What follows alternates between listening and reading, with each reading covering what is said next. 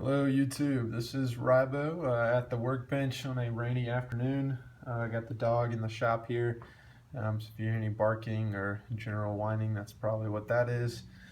Alright, so today I want to talk about this little guy. This is the Kershaw Emerson CQC-7K.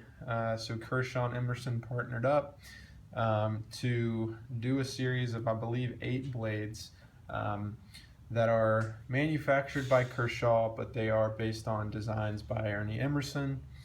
You can obviously see the patented wave feature, which in my opinion is probably the biggest reason that Kershaw wanted this deal, is to offer that.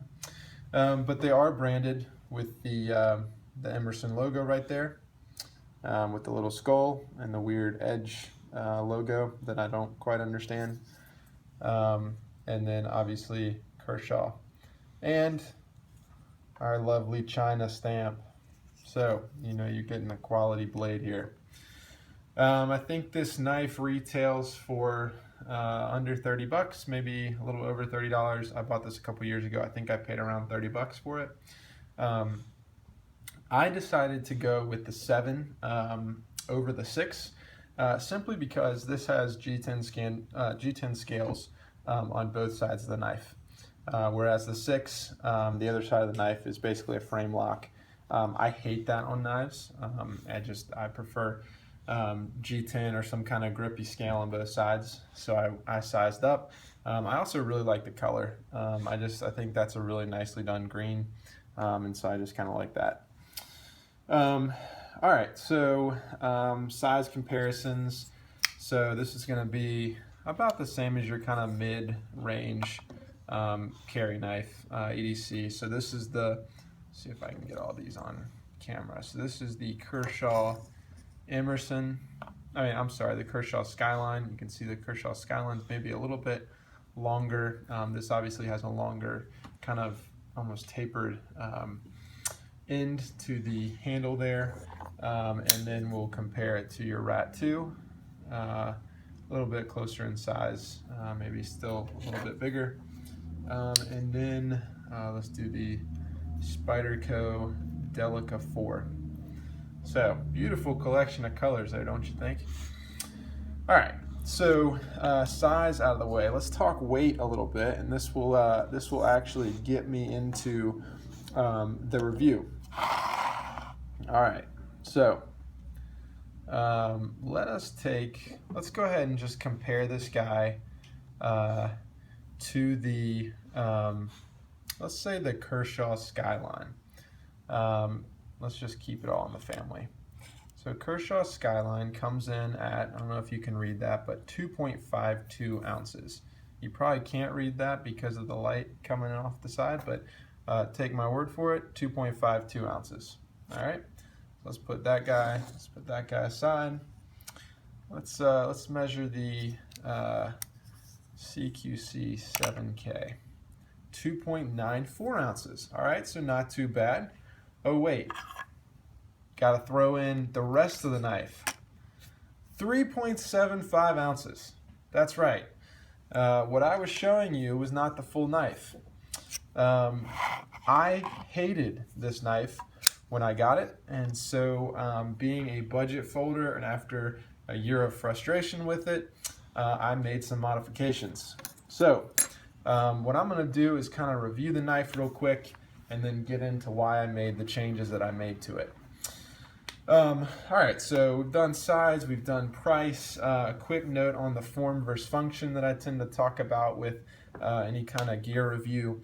Form versus function, just is this knife geared more towards the form aspect, the aesthetic, kind of the, whatever, or is it geared towards function? I'm going to say this knife is all form, not necessarily because the design of the knife. I just think this knife is super, super gimmicky. I think this is something where Kershaw marketed to people like myself who wanted to try an Emerson blade and couldn't afford one, and so they made this cheap quality blade that doesn't really serve much purpose. It's not great steel, and it's super frustrating and not super functional to me. This is, at the end of the day, a tactical blade, but it's a cheap tactical blade. So Emerson makes really strong, heavy stuff. But one of the things is when you're going to pay $200-300 for something like that, it's fine, because although what you may be sacrificing for in heaviness or beefiness, you're gaining in quality of steel, quality of liners, quality of whatever. And if you cheapen all of that stuff, why are you putting up with a cheap knife if you're going to pay $30 and you're going to carry this bulky, heavy thing? And so really that's what has frustrated me over a year of using this knife. Let me try to do some pros real quick. Let me try to find some. So first of all, pros, I like the way this knife looks. I think it looks pretty cool. Emerson's a good knife designer. I think it's a good knife design. I love the fact that it has G10 scales. I actually like these scales a lot. They're not as grippy as I would like. I would say they are right in the middle of an Ontario Rat 2, which is just, I mean, this could just be non-existent. I mean, this is just super slippery. And the Kershaw Skyline, which is a little bit grippier. To me, Kershaw CQC-7K falls kind of right in the middle of that. Pros, the wave, or I guess wave-like design, actually works really well. Although we'll talk about a con of that in a minute. It works pretty well for what it's made to do, so that wasn't cheaped down too much. The thumb disc, I really like the thumb disc. I had never used a thumb disc before, but it tends to deploy pretty quickly, and I actually just like the way it looks and like the way it feels.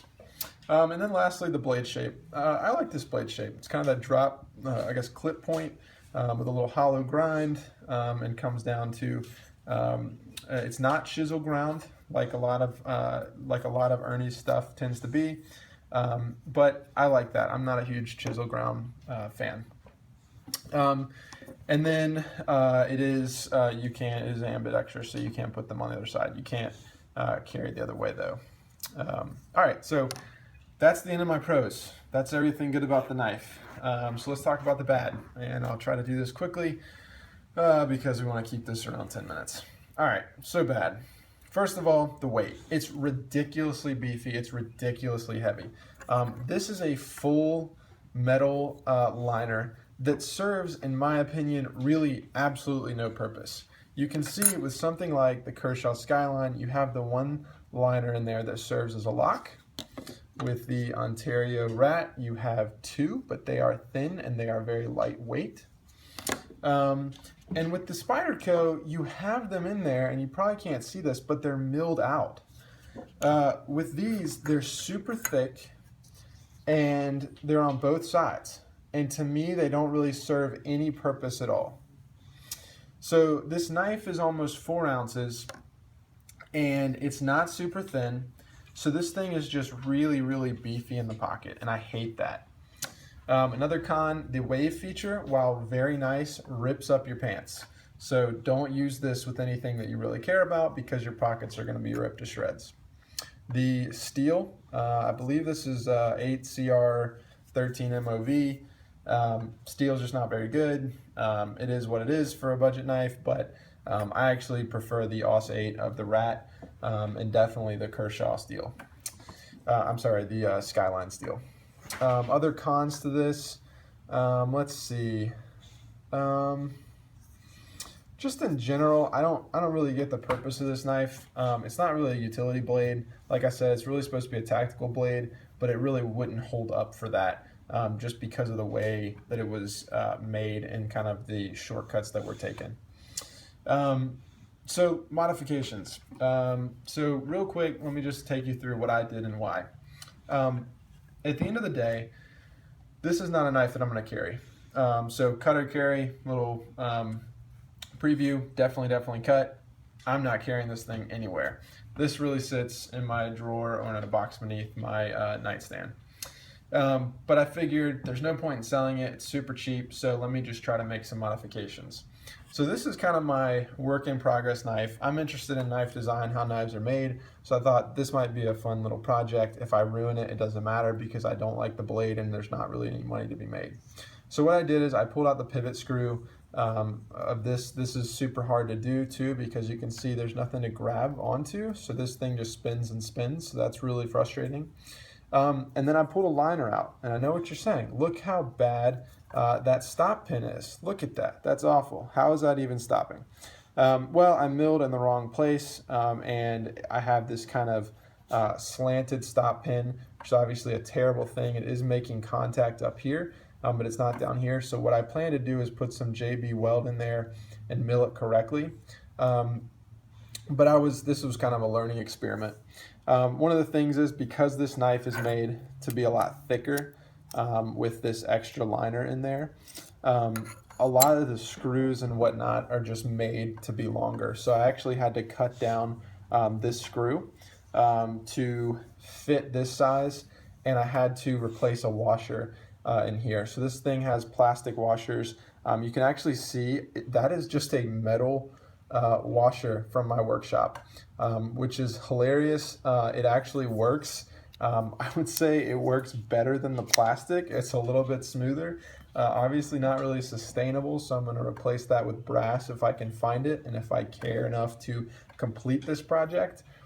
But it's funny, after making all these kind of hacky modifications, I actually like this knife a lot more. And basically all I've done is make this knife a lot weaker by messing up the milling on this stop pin and by removing this liner. But it's super light now. Not super light. It's a lot lighter now. Let me get a quick measurement. So this thing now weighs in at 2.94 ounces. So it's still heavier than the other 3 knives that I showed, but not by much. It's under 3 ounces. So I dropped almost a full ounce from this knife by doing the modifications I did. So it's thinner in the pocket. And I just think it functions a lot better. I'm much more likely to grab this knife now, although I probably still won't because I just don't get this knife. But there you go. So maybe I'll do an updated video if I ever finish this project. If nothing else, cool skull logo, I guess. However, people probably aren't going to see it in my pocket. All right, the dog is barking, so that signifies I am out of time, and I am 2 minutes over what I planned for. So there is the Kershaw CQC-7K. See you next time.